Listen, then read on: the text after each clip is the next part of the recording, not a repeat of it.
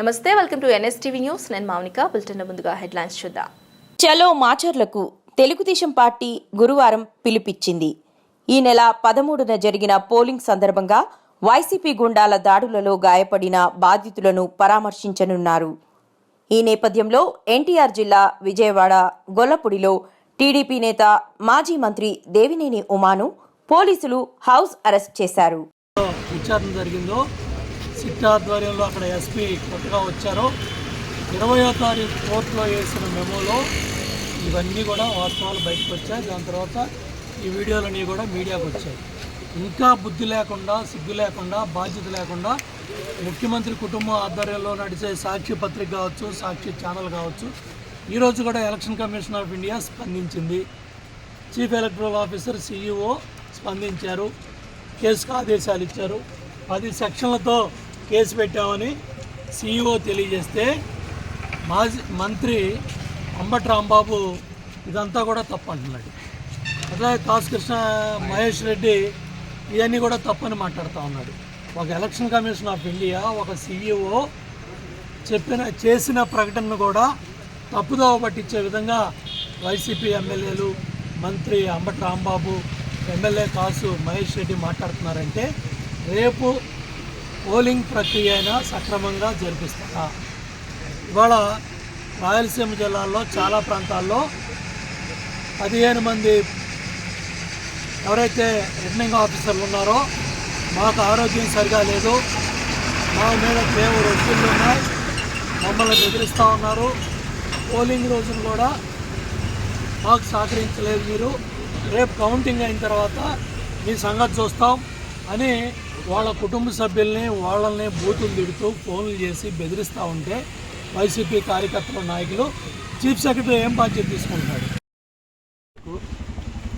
ఈరోజు తెలుగుదేశం పార్టీ బృందం మాచర్లలో, అదేవిధంగా గుంటూరులో బ్రహ్మారెడ్డి గారు, అదేవిధంగా ఎవరైతే గాయపడ్డ శేషగిరిరావు, చాలామంది పార్టీ కార్యకర్తల నాయకులు వివిధ హాస్పిటల్స్లో, వివిధ ప్రాంతాల్లో ఈరోజు కూడా ఒక భయానక వాతావరణంలో ఉన్నారు.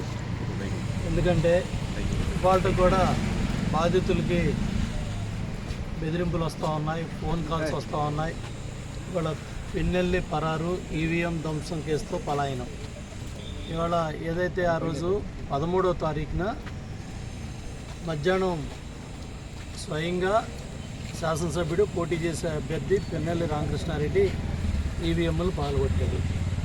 ఇక్కడ పోలింగ్ సిబ్బంది ఉన్నారు, ఏపీఓ ఉన్నాడు, పీఓ ఉన్నాడు, రిటర్నింగ్ ఆఫీసర్, జాయింట్ కలెక్టర్ పర్యవేక్షణలో అక్కడ ఎన్నిక సమస్యాత్మక ప్రాంతంగా వెబ్కాస్టింగ్ 100% అన్ని పోలింగ్ కేంద్రాల్లో కూడా వెబ్కాస్టింగ్ జరిగింది.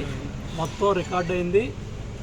మే 13న జరిగితే 15వ తారీఖున ఎవరైతే విఆర్ఓ కేసు పెట్టారో ఆ విఆర్ఓ పెట్టిన కేసులో పిన్నెల్లి ఎమ్మెల్యే రామకృష్ణారెడ్డి పేరు లేదు. గుర్తు తెలియని వ్యక్తులు ఈవీఎంలు ధ్వంసం చేశారని కేసు ఇచ్చారు.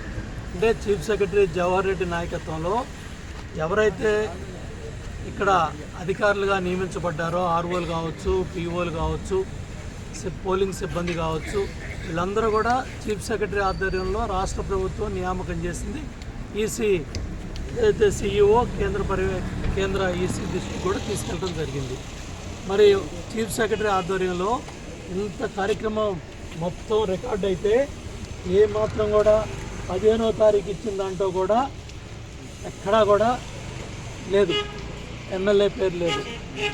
20వ తారీఖున ఏదైతే సిట్ పర్యవేక్షణలో విచారణ జరిగిందో